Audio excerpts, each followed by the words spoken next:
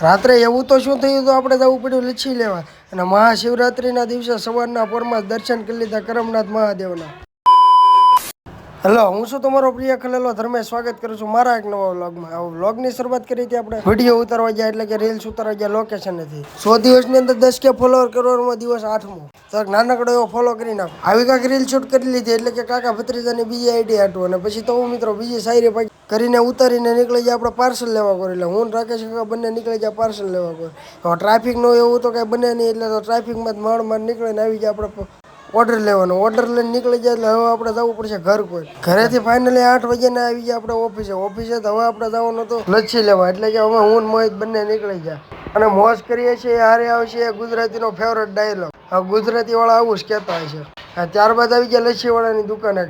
લચ્છી parcel કરાવી લીધી ને હવે આવી ગયા આપણે ઓફિસની લિફ્ટમાં. એટલે લિફ્ટમાં આવીને આપણે જવાનું હતું. ત્યારબાદ 3 વાગે ચા આવી ગઈ, ચા પી લીધી ને પછી તો સમજો ચા અહીંયા મને જેમ ન પડે નહીં. બસ વધારે કલાકાર નથી થવું ને વિરોધ થઈ જાય પાછો. અને પાસકોન કહેતા નહીં હો. ત્યારબાદ તો હતી શિવરાત્રી એટલે કે આપણે સવારમાં શિવરાત્રી હતી. હવે બધા કે આપણે જવું છે કે મહાદેવના મંદિરે.